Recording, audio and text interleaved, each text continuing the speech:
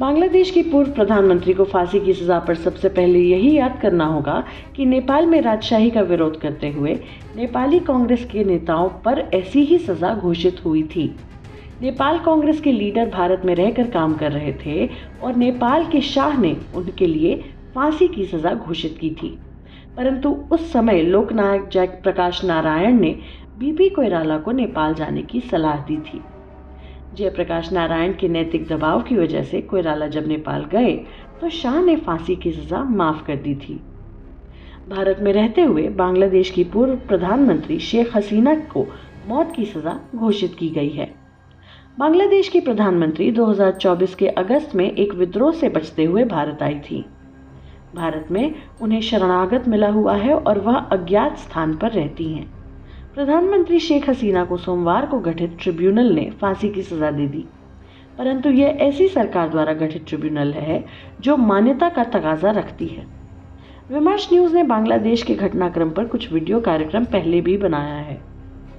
2024 में बांग्लादेश में छात्रों का विद्रोह शुरू हुआ। इस विद्रोह के प्रति सैनिक कमांडर का समर्थन था और विद्रोह हिंसक बगावत में बदल गया। बांग्लादेश आर्मी ने आर्मी का हेलीकॉप्टर देकर उन्हें उनके न्यू सरकारी निवास से भारत चले जाने का मौका दिया था। तब से शेख हसीना भारत में शरणागत हैं। बांग्लादेश में आर्मी की कमान के तहत मोहम्मद यूनुस को शासन का चेहरा बनाया गया है और वह मुख्य सलाहकार कहलाते हैं। 2024 के अगस्त में शासन में बैठने के बाद मोहम्मद यूनुस ने कहा था कि 2025 की फरवरी में नया चुनाव करवा लिया जाएगा, परंतु मोहम्मद यूनुस एक सैनिक शासन का चेहरा बनकर काम करते हैं। उनकी सरकार बांग्लादेश आर्मी के ऊपर कोई कमान नहीं कर सकती। शेख हसीना के ऊपर यह आरोप है कि बगावत के दौर में उन्होंने बांग्लादेश के 1400 लोगों की हत्या के मामले में कोई दखल नहीं दिया, बल्कि उनके खिलाफ जो प्रमाण ट्रिब्यूनल में दिया गया उसमें उनका एक ऑडियो क्लिप भी दिया गया जिसमें वह इस हत्याकांड के लिए निर्देश देती हुई सुनी गई हैं। शेख हसीना ने इस ट्रिब्यूनल को अवैधानिक बताया है और ट्रिब्यूनल की स्थापना किसी चुनी हुई सरकार ने नहीं की है। यूनाइटेड नेशन ने बांग्लादेश में विद्रोह के दरमियान 1400 लोगों के मारे जाने की बात कही थी, परंतु शेख हसीना को फांसी की सजा देने का विरोध किया है।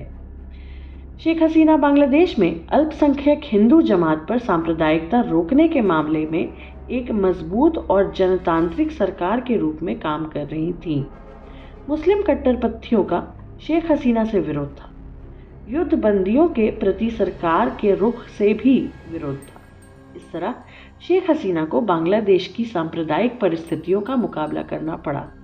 शेख हसीना के समय यह मांग उठी थी कि 1971 में बांग्लादेश निर्माण के समय पाकिस्तान की आर्मी के जिन लोगों को जेल में रखा गया था उन्हें माफ़ी दी जाए। जानते हैं कि शेख हसीना के पिता मुजीबुर रहमान के नेतृत्व में 1971 में बांग्लादेश एक आज़ाद देश बना था। बांग्लादेश के उस समय के मुक्ति संग्राम को रोकने के लिए पाकिस्तान आर्मी के जो लोग वहां थे उन लोगों ने भारतीय सेना के सामने आत्मसमर्पण किया था। 2024 में भारत सरकार ने बांग्लादेश की पूर्व प्रधानमंत्री को अपने यहाँ शरणागत और सुरक्षा दे रखा है।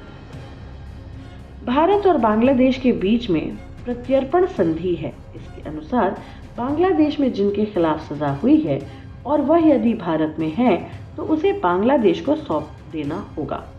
ऐसा ही बांग्लादेश को भी करना होगा, परंतु भारत सरकार ने शेख हसीना के प्रत्यर्पण के मसले पर चुप्पी रखी है। भारत सरकार के प्रवक्ता ने उनको फांसी की सजा पर प्रश्न खड़ा किया है और दोनों देशों के आपसी संबंध के अतीत की वजह से भारत सरकार शेख हसीना की सुरक्षा जरूर करेगी।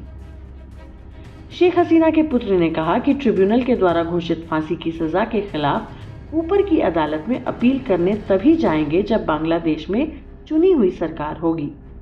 बांग्लादेश में सरकार की कोशिश यह है कि शेख हसीना की पार्टी आवामी लीग पर प्रतिबंध लगा करके वहां चुनाव करवा लिया जाए। सरकार के इस इरादे के साथ वहां की पार्टियां साथ दे रही हैं। ये वही पार्टियां हैं जो शेख हसीना के रहते चुनाव नहीं जीत पा रही थी। 50 वर्षों के दरमियान पाकिस्तान के पूर्व प्रधानमंत्री जुल्फिकार अली भुट्टो को 1978 में फांसी दी गई थी। ईरान के शाह सद्दाम हुसैन को ईरान में मौजूद अमेरिका सी के बल पर 2021 में फांसी दी गई थी।